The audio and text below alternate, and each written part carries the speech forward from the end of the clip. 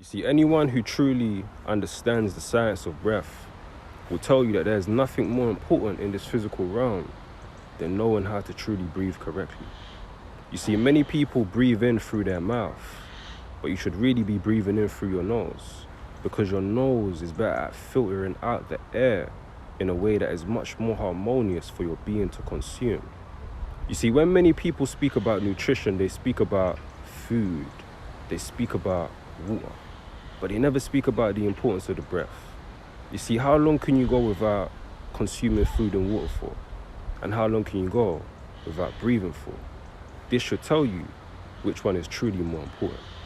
Understand that breath means spirit, and spirit means life. So if you are not breathing correctly, then you are not living correctly.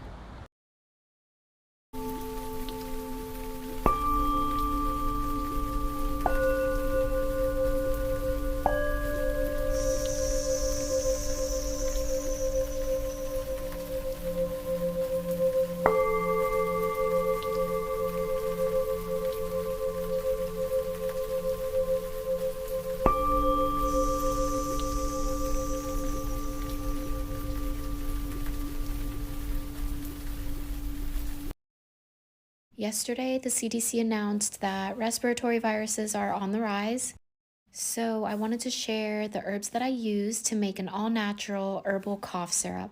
This syrup helps fight respiratory infections. It also helps relieve chest congestion and soothes the mucous membranes, and it helps reduce inflammation of the respiratory tract.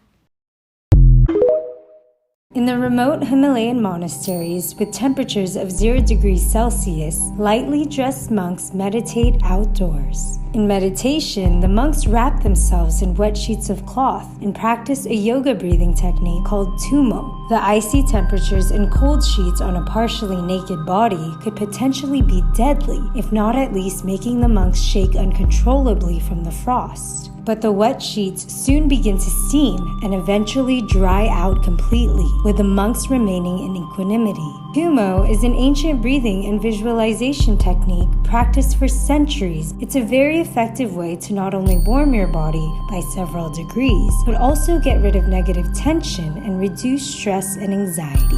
Pranayama offers its own alternative to Tumo in the form of Bhastrika, or breath of fire, a technique dated back to the 5th century BCE. And summer there is warm and known.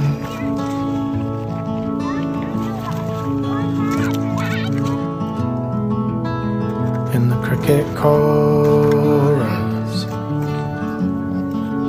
fills the. When you realize holding a deep squat for 5 to 10 minutes a day will increase blood flow down to the legs, will make your knees feel really good, increase synovial fluid around the joints, and the ankle mobility will be amazing. Did you know that the body screams what the mind hides? 1. Repressed anger manifests in your lower back. 2. Digestive problems are linked to fear. 3. Neck and shoulder tension are linked to excessive burdens and responsibilities. So this is what I do every morning. I used to have really bad anxiety, and I thought it was because of things that were going on in my life. But after seeing tons of doctors, finally a neurologist figured out the root cause. You know, we think anxiety is something of the mind, and we don't take into account of our physical structure. But if your physical structure is compromised in any way, believe me, it's having an effect on your mental health. So I had compressed cranial nerves, which were keeping my system in fight or flight. So even if I tried to will myself out of it by thinking myself out of anxiety, it would still always be there because the physical structure wasn't fixed. Those nerves were still compressed. You know how they say mind, body, soul? Everything is connected. Hopefully someone benefits from this because apparently it's very common. Okay, the body works holistically. That means that everything in the body is interconnected. All of the organs, the skin being your largest organ and the most observable. So you can actually observe the skin, take a look at your face and the acne issues, the eczema, all of the different skin issues that you have is telling you something about the corresponding organ. Is everybody just blind to the fact that we're just being sold chemicals in literally every aspect of our lives? Grocery stores, chemicals. Hair products, chemicals. Toothpaste and deodorant, chemicals. Like, you do realize that we can make all of these things from like natural plants and resources. Why don't we learn how to do that in school? Why don't we learn how to start a garden and live off the land? The Third World War started at the end of the Second World War, and it's a psychological war. I'm so confused on why more people don't see this.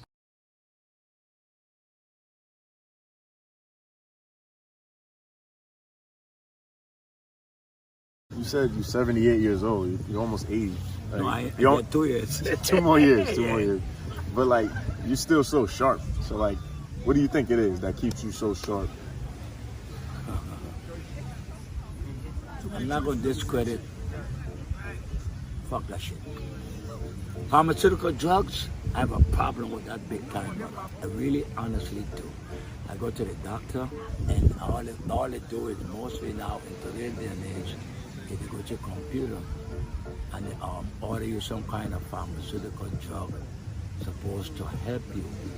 It doesn't cure you. As long as I'm not taking pharmaceutical drugs, I'm going to be healthier than that person that take a lot of pharmaceutical drugs. That's the way I feel. I'm going to be healthier than them. I don't care what they say. Because I can do a lot of things right now, man. I know I can. Did you know that soursop leaves are said to be 10,000 times stronger and more effective than chemotherapy? Prepared as a tea, they are also one of the best sedatives. Research has shown that soursop leaf extract can also suppress herpes simplex virus. This is natural medicine at its best. It is my honey bomb recipe. This is the #1 recipe that I keep in my refrigerator all fall and winter. So the combination of the turmeric, the ginger, the honey can help with digestion, inflammation. So if you have joint pain, helps promote circulation, and it's just like an amazing immune booster. I know that other people just kind of make a simple recipe. The recipe I posted last year, you guys got back to me and said it actually kicked the crap out of your colds, and it's because we are adding garlic, baby! Antiviral, antifungal. The garlic is like for the ride or die. Like the ride or die health enthusiasts. In a sanitized glass jar, 2 tablespoons of ginger, 1 tablespoon of grated turmeric, 1 teaspoon of the grated garlic. Now a couple cracks of black pepper, that's gonna help the absorption of the turmeric. A little cayenne for spice, you can leave this out, but not me. And don't forget the cinnamon. Cover the whole thing with your honey. Now, if you have Manuka honey, that is going to be the best honey you can use, but we ain't that rich yet, boo. For now, we will be using raw, unfiltered honey. Give it a good stir. You can take 1 teaspoon into a cup and then fill it up with warm water, or you could be a gangster. Just eat it as is. Please do not skip the garlic.